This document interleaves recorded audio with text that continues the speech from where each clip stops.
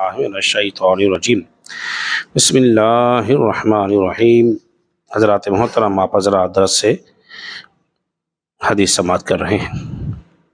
اللہ نے شاہ فرمایا یراؤون الناس ولا یذکرون اللہ الا قلیلا، اور وہ لوگ دکھاوا کرتے ہیں اور اللہ تبارک و تعالیٰ کا ذکر بہت ہی کم کرتے ہیں۔ اب یہاں ریاکاری کی مذمت کو بیان کیا گیا ہے۔ اصل میں تو یہ بات منافقین کی ہو رہی ہے کہ جب وہ رسول اللہ صلی اللہ علیہ وسلم کے محفل میں ہوتے اور صحابہ کے ساتھ ہوتے اور نماز کا وقت ہوتا نماز ادا کر لیتے، اور جب تنہائی میں ہوتے تو پھر وہ نمازوں میں سستی کرتے اور اس نماز کو اپنے وقت پر ادا نہ کرتے۔ اس لیے منافقین کا جو عذاب ہوگا وہ کافروں کے عذاب سے سخت ترین ہوگا، اس لیے کہ بظاہر تو انہوں نے اسلام کا اظہار کیا ہے مگر دل میں چونکہ کفر کو چھپا رکھا ہے، اس لیے ان کو عذاب جو ہوگا زیادہ سخت ترین ہوگا۔ اس سے ایک بات یہ بھی معلوم ہو گئی کہ انسان کی خلوت اور جلوت، لوگوں کے درمیان اور تنہائی میں اس کی محفلیں ایک جیسی ہونی چاہیے۔ کیا مطلب ہے؟ جب وہ لوگوں کے سامنے رب سے ڈرتا ہے تو چاہیے تنہائی میں بھی اللہ سے ڈرے، ایک بات یہ۔ دوسرا یہ، وہ لوگوں کے سامنے دکھاوے کے لیے نماز، تسبیحات اور دیگر چیزیں کرتا ہے مگر تنہائی میں اس کی وہ نہ اس میں تنہائی میں نمازیں اور کوئی دیگر نیک اعمال اس کے نہیں ہوتے، تو بہتر یہ ہے کہ وہ اسے ہر کام محض اللہ تبارک و تعالیٰ کی رضا کی خاطر کرنی چاہیے۔ اگر دکھاوا آ گیا، ریاکاری آ گئی تو انسان کو سوائے نقصان کے اور کچھ بھی حاصل بولیے نہیں ہو سکے گا۔ حدیث کے اندر آتا ہے، نبی پاک صلی اللہ علیہ وسلم ارشاد فرماتے ہیں، اب یہاں 4 لوگوں کا حال بیان کیا گیا ہے کہ قیامت کے دن ان کا حساب ہوگا۔ سب سے پہلے شہید کو بلایا جائے گا اور شہید سے اللہ تعالیٰ فرمائے گا، بھائی بتا تو نے جان کس لیے دی تھی؟ وہ کہے گا، اے اللہ میں نے جان اس لیے دی تھی تاکہ تیری راہ میں قتل ہو جاؤں، شہید ہو جاؤں۔ حالانکہ اللہ تبارک و تعالیٰ کو سب معلوم ہے اس نے جان کیوں دی اور کس لیے دی تھی۔ اللہ تعالیٰ فرمائے گا، تو نے جان میری راہ میں اس لیے نہیں دی تھی کہ تو شہید ہو جائے گا، بلکہ تیری نیت یہ تھی کہ میری واہ واہ ہوگی، لوگ مجھے بہادر کہیں گے۔ تو کہے گا، ہاں اللہ میری نیت تو یہی تھی، یعنی کہ راہ خدا میں جان دینے کی، جان بھی دے دی مگر نیت ٹھیک نہیں تھی۔ کہے گا، یا اللہ ارادہ تو یہی تھا میری واہ واہ ہوگی، مجھے لوگ بڑا بہادر کہیں گے۔ تو اللہ فرمائے گا، جو تو چاہتا تھا دنیا میں ہو گئی، اب اسے جہنم میں لے جاؤ۔ اس کا وہ عمل بھی کیا ہو گیا؟ بولیے، رائے گا ہو گیا، بیکار ہو گیا۔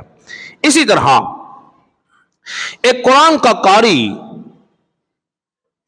قرآن کا پڑھنے والا، اسے کہا جائے گا، بتا تو قرآن کیوں پڑھتا تھا؟ وہ کہے گا، اللہ میں تو تیرے قرآن کو تیری رضا کی خاطر پڑھتا تھا۔ اللہ تعالیٰ فرمائے گا، نہیں تو جھوٹ بول رہا ہے، تیری یہ نیت تھی نہیں، تیری نیت تو یہ تھی کہ لوگ میری واہ واہ کریں گے، میں کتنا بہترین قرآن پڑھتا ہوں، قرآن کا کتنا بڑا عالم ہوں، میری آواز کتنی خوبصورت ہے، تو لہذا تو نے میرے لیے نہیں کیا، صرف دنیا کی نمود و نمائش کے لیے اور لوگوں کی واہ واہ کے لیے کیا تھا۔ تو لہذا اللہ تبارک و تعالیٰ اس شخص کو بھی جہنم میں ڈال دے گا۔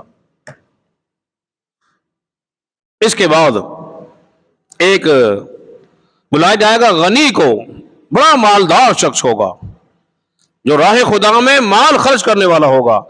پوچھا جائے گا، ہاں بھائی بتا تو نے مال خرچ کیوں کیا تھا؟ وہ کہے گا، اللہ تیری رضا کی خاطر کیا تھا۔ مال خرچ کر رہا ہے، لوگ اس کی واہ واہ کر رہے ہیں۔ اللہ تعالیٰ فرمائے گا، تو نے میری رضا کے لیے نہیں کیا تھا، تو نے اپنی واہ واہ کے لیے کیا تھا۔ میری ناموری ہوگی، میری شہرت ہوگی، میرے نام کے جھنڈے گڑیں گے اور ہر جگہ میرا چرچا ہوگا۔ تو اللہ تبارک و تعالیٰ فرمائے گا، تو نے میرے لیے کیا نہیں، جس ارادے سے کیا تھا تیرا ارادہ پورا ہو چکا، اب اس کو بھی جہنم میں ڈال دیا جائے گا۔ آخری شخص لے گیا وہ حاجی، حج کرنے والا۔ اسے بھی بلایا جائے گا, یہی سوال اس سے بھی ہوگا اور وہ بھی یہی کہے گا, لیکن دل میں ارادہ کیا تھا؟ میں حج کر کے آ جاؤں, لوگ مجھے حاجی کہیں گے, میری ناموری ہوگی, لوگ میرا بڑا ادب کریں گے, احترام کریں گے. چونکہ یہ تینوں چاروں کے کام اللہ کے لیے نہیں تھے, صرف دنیا کو دکھانے کے لیے کیے تھے, تو اللہ تبارک و تعالیٰ اسے بھی جہنم میں ڈال دے گا. تو معلوم کیا ہوا؟ معلوم یہ ہوا ہم نے جو بھی عمل کرنا ہے اس کو اللہ تبارک و تعالیٰ کی رضا کی خاطر کرنا ہے. مسلم کے اندر حدیث مبارکہ موجود ہے جو آپ کے سامنے میں نے بیان کی ہے. حدیث میں آتا ہے, آخری بات اپنی گفتگو ختم, قیامت کے دن کچھ لفافے ہوں گے بند, اور فرشتے اللہ کی بارگاہ میں پیش کریں گے. وہ لفافے ہوں گے نیک اعمال کے. اللہ فرمائے گا ان کو رد کر دو, ان کو منتخب کر لو, ان کو چن لو. اللہ فرمائے گا, اب فرشتے کہیں گے اللہ یہ بھی تو نیک اعمال ہیں جو بندے نے کیے تھے. اللہ فرمائے گا یہ میرے لیے نہیں کیے تھے, یہ اس نے اپنی ناموری کے لیے کیے تھے. تو جو عمل ناموری کے لیے کیا جائے گا وہ عمل اللہ کی بارگاہ میں مردود ہو جائے گا, بیکار ہو جائے گا.